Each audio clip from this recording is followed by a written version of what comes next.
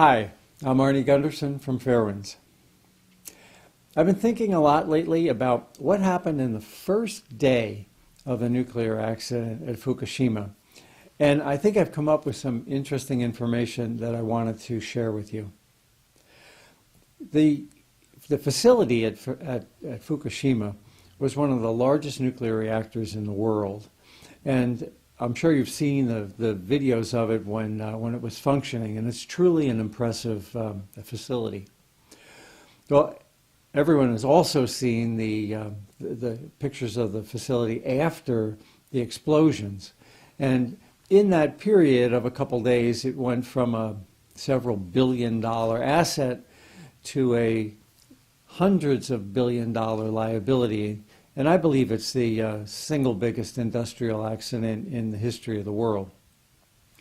But I wanted to focus on what happened after the tsunami, but before the explosions. And I think there's some important information that can be gleaned from the historical record. I need to go back and talk a little bit about nuclear fundamentals for a minute here, though. The nuclear reactor sits inside a nuclear containment. Now, the containment is, we've shown before, and the one that's on the screen now is the Browns Ferry nuclear reactor. The top of that containment has a lid on it, and it's connected by many, many bolts. So now I'm going to use a tea infuser here to explain it another way. This is the containment. The nuclear reactor sits inside the containment, and then that lid gets screwed to the top so that if there is an accident and a pipe breaks inside the nuclear containment, in theory, all of the contaminated gases stay inside that containment. Well, it's been known for a long time that the Mark I reactor is a very small reactor containment. And as a result, back in the 80s, the Nuclear Regulatory Commission added a vent to it. And the reason for that is that engineers didn't understand when they built this unit that hydrogen gases could build up after an accident. Well, that's exactly what happened at Fukushima. At Fukushima, the nuclear reactor was uncooled, and the nuclear fuel became very hot and reacted with the water to create hydrogen gas. Now, the data for the first day of the accident is troubling, to say the least. The data, as I've been able to put it together, is pretty complicated, but we'll work our way through it here. This is a multi-column table.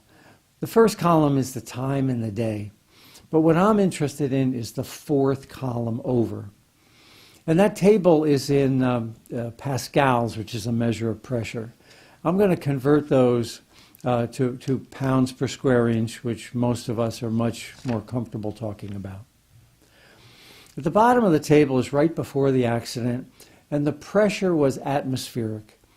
And what that means, 0.1, is normal pressure, 14.5 pounds per square inch. Then the tsunami came, the plant lost its power, and the next data point is about 8 hours later, because remember now, most of the components didn't have electricity, so most of these readings were unavailable. Well, at 2 in the morning, the pressure inside the containment was almost 9 times higher. That means it was about 125 pounds per square inch. This containment wasn't designed for 125 pounds per square inch. If you look a little further, though, by 9:30 in the morning, the pressure starts to drop. And for the next 7 hours, the pressure is much lower than it was at 2 in the morning. So the question is, how could it be that the pressure in the afternoon was lower than the pressure in the early morning? Remember, there's a violent chemical reaction going on inside the nuclear reactor where all sorts of hydrogen gas is being generated. Well, one possible reason for the lower containment pressure is that the containment vent was open, but that hadn't happened yet. So what made the pressure drop down?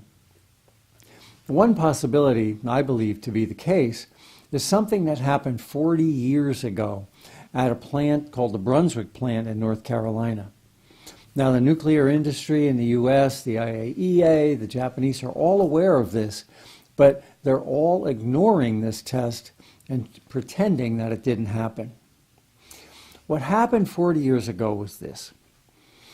When a containment was pressurized, it was pressurized to just about 100 pounds, and then something really strange and unexpected happened.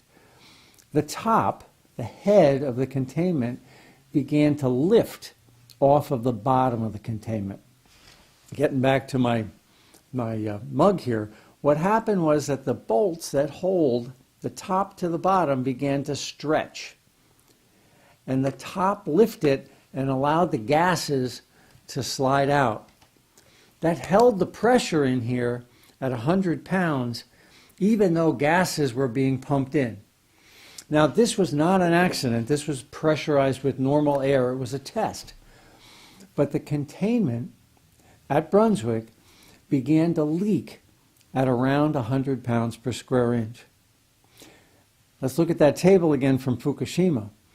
Where did Fukushima settle out at? Just about 100 pounds per square inch. What that tells me is that the head of the containment lifted up and gases began to sneak out into the reactor building, which is that box that surrounds it, well before the containment vent was even opened. Now, another photograph of the site right before the explosion clearly shows that the containment vent was open.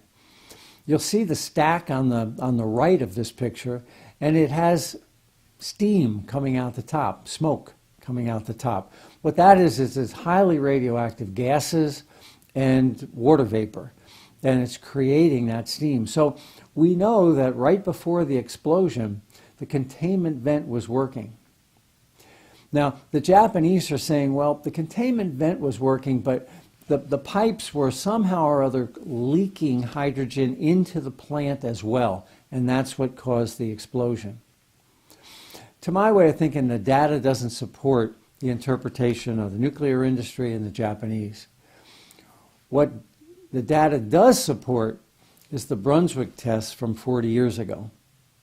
It seems to me that for 8 hours or more, the containment at Fukushima was basically ruptured, that the top had popped up and gases were sliding out so that it couldn't go over 100 pounds per square inch. And hydrogen gases were leaking into the containment, out of the containment, and into the reactor building for a long period of time. After that, it only took a spark to blow the reactor building up. This is a really important distinction. The nuclear industry, the Nuclear Regulatory Commission, and the Japanese are saying that we can make the vent stronger so that this accident can't happen.